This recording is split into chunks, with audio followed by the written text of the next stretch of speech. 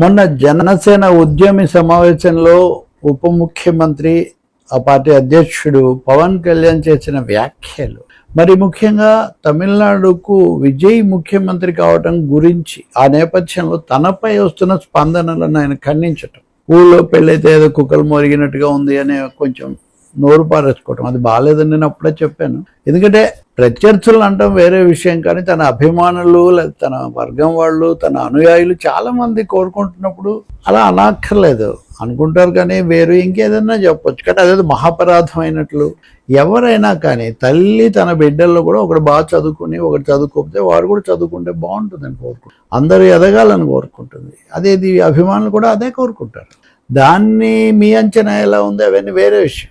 అలా కోరుకోవడమే అపరాధం. లేకపోతే రాజకీయ ప్రత్యర్థులు వైసీపీ వాళ్ళు మిగతాలు చేస్తే అది వేరు, దాన్ని నేను ఇదివరకే వ్యాఖ్యానించాను. కానీ అలా అనేసరికి దాని మీద తీవ్రమైన దుమారం వచ్చింది. సహజంగా వైసీపీ దీన్ని మీద వాళ్ళ విమర్శలు మళ్ళీ ఎక్కువ పెట్టారు. అంబటి రాంబాబు విజయ్కి ముఖ్యమంత్రి కావాలనుకున్నాడు కాబట్టి ఆయన పార్టీ పెట్టాడు, మీరు మరెవరినో ముఖ్యమంత్రిని చేయాలనుకున్నప్పుడు మీరెందుకు అలా చేస్తారులే అని ఆయన ఎగతాళి చేస్తున్నాడు. నేను చాలాసార్లు అడిగా, ఇప్పుడు అంబటి రాంబాబు పవన్ కళ్యాణ్ ముఖ్యమంత్రి కావాలని కోరుకుంటున్నారా, జగన్ ముఖ్యమంత్రి కావాలని కోరుకుంటున్నారా?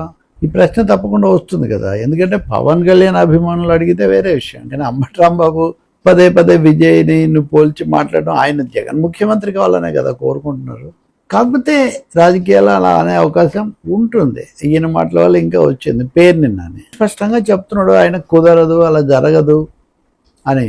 అలాంటప్పుడు అనేక మంది ఆశల మీద నీళ్లు చల్లి మళ్ళీ ఎదురుదాడి చేస్తారా, మమ్మల్ని అంటారా అని అతను ప్రశ్నిస్తున్నాడు.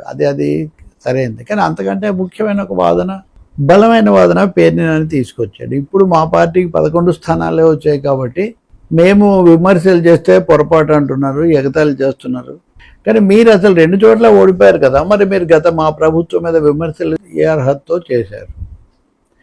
ఒక్క సీటు కూడా రాని, ఒక్క చోట కూడా గెలవని మీరంటే, మేము కనీసం 11 గెలిచాం కదా, మేము ఎందుకు మాట్లాడకూడదు? ఖచ్చితంగా ఈ వాదన 2 సమాధానాలు చెప్పాలి, దీనికి 2 వ్యాఖ్యలు చేయాలి. ఒకటి, 11 మంది గెలిచారు కాబట్టి శాసనసభకు రండి, మాట్లాడండి, ఆ బాధ్యత తప్పించుకోకండి, హోదా ఉన్నా ఉండకపోయినా మీరు ప్రతిపక్షం అని అందరం చెప్తాం. అది ఒకటి.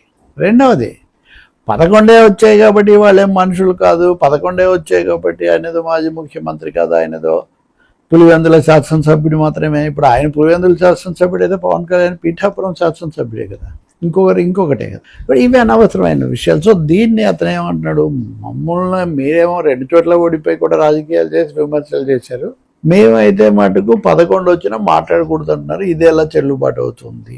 మొత్తం మీద చెప్పాలంటే తమిళనాడు ఫలితాల తర్వాత విజయంతో అని అందరిలో ఇప్పుడు రజనీకాంత్ లాంటి నటుడే రకరకాలుగా స్పందిస్తూ ఉంటే, అంటే ఇప్పుడు తమిళనాడులో రజనీ ఎందుకు రాలేదు, విజయ్ ఎందుకు వచ్చాడు, ఇలాంటి ప్రశ్నలు వచ్చాయి. అంతకుముందు కూడా శివాజీ గణేశన్ విఫలమయ్యారు ఉదాహరణ ఘోరంగా. సరే, చిరంజీవి పార్టీ పెట్టి తర్వాత విలీనం చేశారు, చాలా అనుభవాలు ఉన్నాయి కదా. అందువల్ల వాళ్ళు అలా మాట్లాడే వాళ్ళకి ఏవో ఉద్దేశాలు ఉన్నాయని వాళ్ళని చులకన చేయటం కంటే మన వ్యూహం ఇది, లేకపోతే మన పరిమితి, మనం ఇంతవరకే వెళ్తామని చెప్పడం. ఇప్పుడు అక్కడ విజయ్ గెలుపు అన్నది ఇక్కడ జనసేనకు, మరి ముఖ్యంగా పవన్ కళ్యాణ్కు ఇరకాటంగా మారడం మటుకు పూర్తిగా ఊహించిన విషయమే. కానీ అంతకంటే అది తీవ్ర రూపం తీసుకుంటూ దాని మీద స్పందించిన కొద్దీ అది మరింత బ్యాక్ ఫైర్ అవుతుంది. ఎందుకంటే తగిన సమయంలో తగిన ఎత్తుగడలేస్తాము, కేవలం ఎవరి కోసమో కాదు అని ఇదివరకు 1-2 సార్లు అన్నారు మీరు, బలం పెంచుకుంటామని. కానీ ఇప్పుడు అలా చెప్పట్లేదు.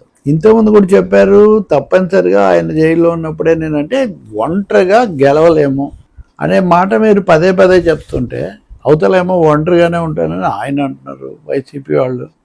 అందుకనే ఇక్కడ తమకు తాము చెప్పుకుంటున్న ప్రకటించుకున్న ఒక పెద్ద బలహీనత కనిపిస్తుంది.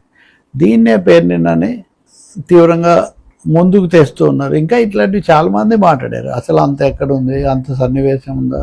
కొంతమంది అయితే ఆగ్రహిస్తున్నారు పవన్ కళ్యాణ్కి విజయ్కి ఉన్నంత లేదని. కానీ అంబటి రాంబాబు మాటలోనే పవన్ కళ్యాణ్ విజయ్ కంటే సూపర్ స్టార్, విజయ్ కంటే పవనే చాలా ఎక్కువ అని. కానీ అంబటి రాంబాబు ఇక్కడ కూడా ఒక విషయం మిస్ అవుతున్నాడు.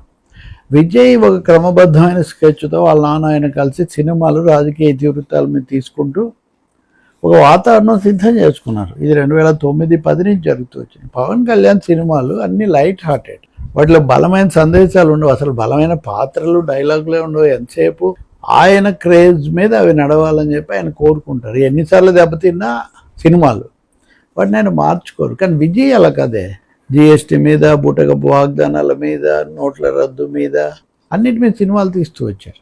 కాబట్టి పూర్తిగా పోల్చడం కూడా సరైనది కాదు. నిజానికి టాల్స్టాయ్ అంటాడు, పోలికలన్నీ ఓటి, ఆల్ కంపారిజన్స్ ఆర్ లేం, ఏ రెండు పోల్చలేం. కానీ అదే సమయంలో థియరీ ఆఫ్ రిలేటివిటీ, సాపేక్ష సిద్ధాంతం, ఎంతో కొంత పోలిక లేకపోతే మన విషయాలను అర్థం చేసుకోలేం కూడా. ఒకదాన్ని అర్థం చేసుకోవడానికి ఇంకొక దాన్ని పోల్చి చెప్పాల్సి వస్తుంది. ఇక్కడ నటులు, ప్రముఖ నటులు ప్రాంతీయ పార్టీలు పెట్టారు, దక్షిణాదిలో ఉన్నారు, 3 పోలికలు ఉన్నాయి. ఇవి చాలవా? వీటిని ఉన్నప్పుడు వారి గురించి మాట్లాడకుండా ఉంటారా? మాట్లాడిన వాళ్ళందరినీ తిట్టేస్తే ఎట్లా? బీజేపీని విషయంలోనే ఇద్దరికి తీవ్ర వ్యతిరేకత ఉంది, భిన్నత్వం.